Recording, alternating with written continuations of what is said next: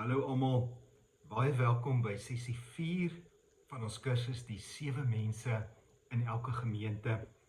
En vandag kom ons by die derde mens in elke gemeente en dit is lidmate wat die genadegawe van onderrig gee ontvang het.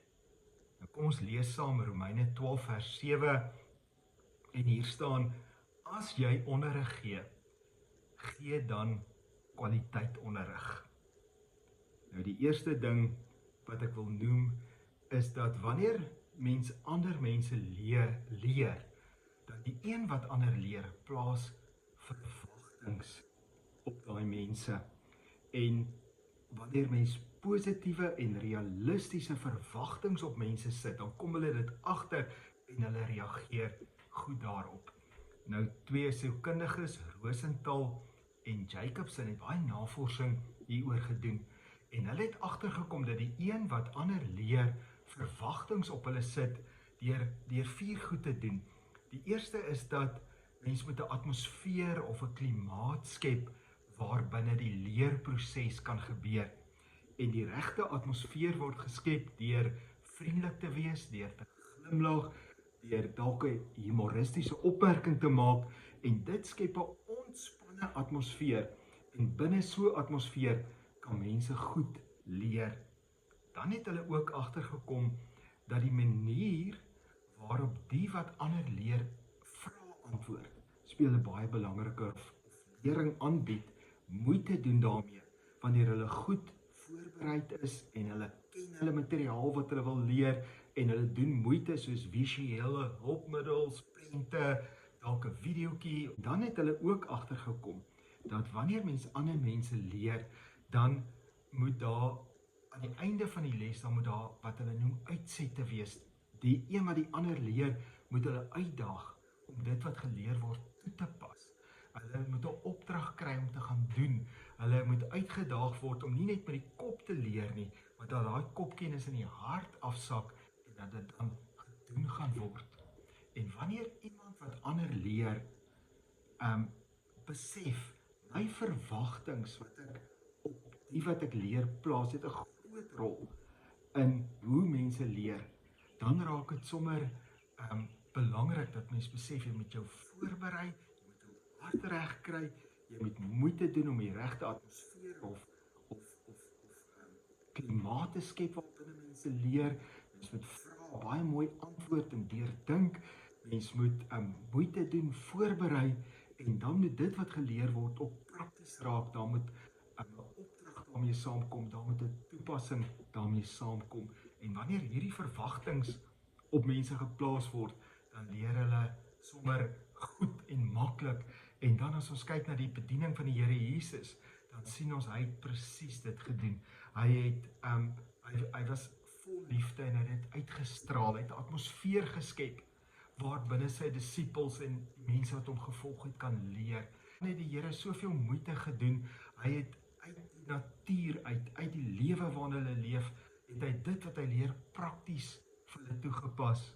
En dan het die Here ook die wat hy leer opgeroep om dit wat geleer word op hulle lewens toe te pas, om dit dan te gaan lewe.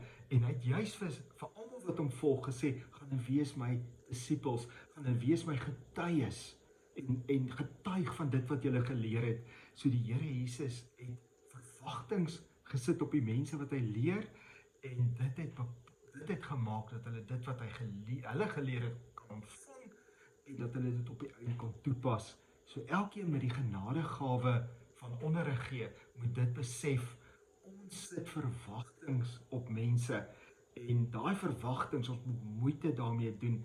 Ons moet 'n klimaat skep waar binne mense kan leer. Ons moet vriendelik wees, ons moet humor gebruik, ons moet glimlag. Ons moet wanneer mense ons vra dit oordink. Baie keer het mens self nie onmiddellik die antwoord nie, kan mens later terugkom na iemand toe. Baie keer na 'n diens kan mens 'n koppie koffie vat en gaan sit en gesels oor iets. Dis belangrik om waarde te sit op mense en hulle kom dit agter in die manier hoe mens vrae beantwoord.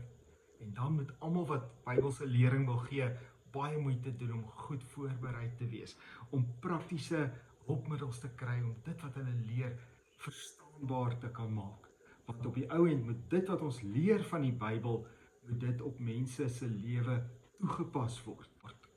Nou wanneer ons kyk na die opdrag vir die genadegawe van onderrig gee of Bybelse onderrig gee of Bybelse lering gee, dan is die opdrag ons moet kwaliteit onderrig gee.